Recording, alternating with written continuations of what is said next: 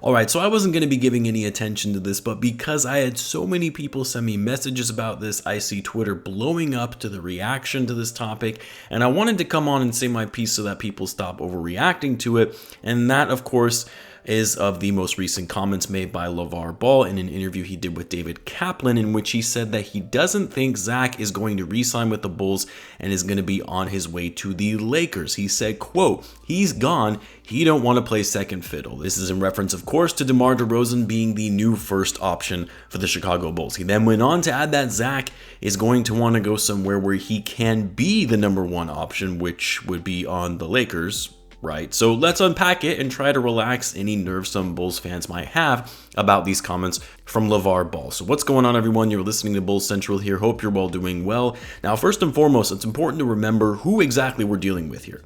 We're dealing with comments coming from a guy who loves to talk, loves shock value comments for engagement, has built a brand around his three sons because of how vocal and outspoken he is. He's able to get interviews on big networks like ESPN because of the outlandish comments that he makes, as it increases engagement for not only him, but for the networks as well. People tune in, and it's what gets people talking. And look, this isn't me throwing shade at Lavar Ball. I actually think he's pretty hilarious at times and is somewhat of a genius at times with the way he's able to generate attention no matter how crazy his comments are. Is essentially free marketing for him and publicity for not only just him, but also his brand and also for his kids. But the reason I call all this out is because, again, it's important to remember what type of character we're dealing with here. It's not like this is Shams or Woj reporting on this and that. Their views on the situation of Zach Lavine and his free agency. You're talking about a guy who loves the headlines and shock value takes. And for the most part, Lavar has been relatively quiet ever since Lonzo left the Lakers. So the fact that he's come out and made these comments now has some people a little worried. Well, let me first just say, Lavar Ball has no sway or influence on the dealings of the front office as well as Zach Lavine and his agent. Despite the fact that him and Lonzo have the same agent in Clutch Sports, he does not have any influence in how Zach Lavine contract negotiations are going. He just doesn't. Second, what Lavar is saying as far as Zach wanting to leave because he doesn't want to be second fiddle, so therefore he's going to play for the Lakers to be the main guy. Did he forget that LeBron James still plays in the Lakers? Did he forget that Anthony Davis is still in the Lakers? Unless he's suggesting the Lakers are going to be trading both of those guys, then Zach is actually going to be the third option on that team. I don't care how old LeBron is, if he's starting to decline, LeBron James will always be the main guy on that team, and everyone else is going to be secondary. The other thing is, even if the Lakers wanted to sign Zach Lavine, even if Lavine wanted to go to the Lakers, they do not have the cap space to sign Zach outright and would have to acquire him via a sign and trade, which the Bulls aren't just going to let Zach walk for nothing. They would need to cough up a lot of assets in return, meaning the Lakers, which they don't have because they traded away their future to get Anthony Davis back in 2020. Or they would have to include Anthony Davis in a sign and trade because you're not giving up a star without getting a star talent in return, which again, all of this very unlikely. The other thing is, for Zach to go to the Lakers, he would have to take less money. He would be leaving $55 million in guaranteed money to go to the Lakers rather than signing an extension with the Bulls. That still applies for even a sign and trade. I know there's this misconception that if you do a sign and trade, he's still going to get all of his max money. No, the Bulls are the only team that can offer him that kind of max money, that $212 million 5-year extension. If it was done through a sign and trade, the max that he can get is still the 4 years.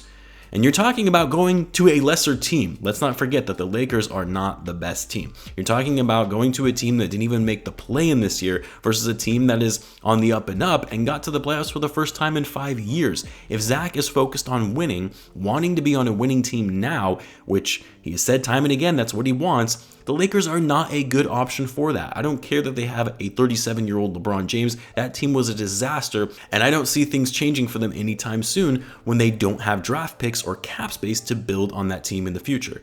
The other piece I'll add, and this is really more so on Lavar Ball, this is a very dumb thing to say publicly, aside from the fact that it just being a dumb take based on all the reasons I just laid out, but it's a dumb thing to say knowing your son plays on the same team as Zach Lavine, knowing your son shares the same client as Zach Lavine and Rich Paul, why even go about stirring up some sort of controversy or issues in the locker room when you know this isn't going to sit well with Zach and he's about to enter into unrestricted free agency? Now, I'm sure there was probably this unspoken rule from Lonzo Ball, or even LaMelo Ball for that matter, to their teammates that, hey, don't pay any attention to what my dad says. He just likes to talk and create headlines. And maybe Zach saw this and laughed and carried on with his day just like I did, which I tweeted about when it came out, and really hasn't given it another thought since then. That's my hope anyway. And look, who knows? Maybe this was Lavar's way of helping Zach out. Maybe this was another piece of leverage that Rich Paul wanted to place publicly to create any doubt or worry from the Bulls front office that, hey, Zach staying with the Bulls isn't a foregone conclusion and that he's looking at other options, so you better offer him the max and not mess around. I find that all unlikely because this is just Lavar being Lavar, but who knows? Maybe this is another twisted stroke of genius on Lavar's part to keep Zach in Chicago to ensure he's getting his max money. Doubtful, but you never know with that guy. Now, the other piece of reporting that did also come out recently was actually from Casey Johnson and his belief that based on the word around teams at the draft combine that Zach Lavine staying with the Bulls is no longer considered a slam dunk, which you guys know I love Casey.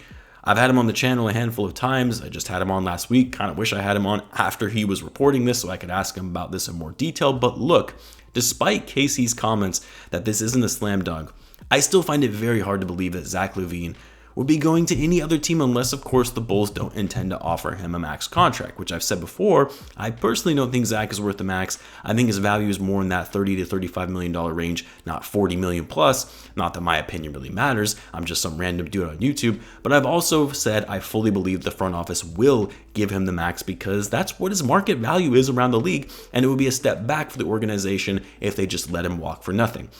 I'll likely make a separate video on this topic based on Casey's column that came out yesterday and various teams being linked to Zach Lavine. I'll probably even dive deeper into which teams being linked to Zach could even work or make sense based on the roster construction they have and the cap space available. Because when it comes from someone like KC, not Lavar Ball, there is some credibility to it, as he's been an insider for the Bulls for years now with a lot of contacts, while Lavar Ball is just Lavar.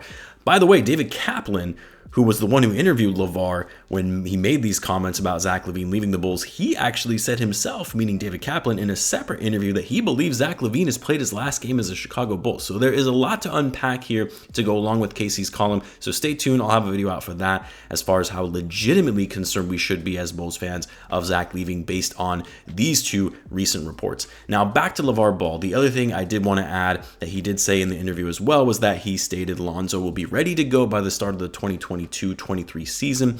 And to that I reply, well, he's not a doctor, so I'm not believing anything until I see Lonzo fully back and healthy, because up until now, Lonzo's status as it relates to his recovery is that he's at a standstill, and that every time he tries to ramp up his training, he's experiencing pain in that knee. You're talking about a surgery that was done in January that is only supposed to take 6 to 8 weeks to heal. We're now coming into 5 months with no progress in terms of him being able to get back to full health. I've said it before, in my view, it's a huge concern for a guy who is only 24 years old and hasn't been able to stay healthy in his 5 seasons in the NBA. All we can do is hope that he'll be back and ready to start training camp come September, and that he'll finally have gotten through the injury bug, because the Bulls need him. They need his defense and shooting and playmaking. But anyway, that was a bit of a sidebar. I just thought I'd touch on that piece as well based on what he had said. But long story short, guys, always take what Lavar Ball says with a grain of salt, because there is always an ulterior motive with him. And that's to create attention and engagement because it sells. I would not be worried about Zach Lavine going to the Lakers because it just doesn't make sense for all the reasons I laid out. And I would be shocked if Lavine doesn't re-sign with the Bulls, knowing the amount of money he would be leaving on the table and the big market he currently plays in. Let me know what you guys thought of Lavar's comments. Hopefully this gave you a little peace of mind. Like I said, I know it's a short video. Until next time, guys, as always, be sure to subscribe if you're a Bulls fan, as I do post daily Bulls content. Thanks again for tuning in, guys, and I'll catch you in the next one.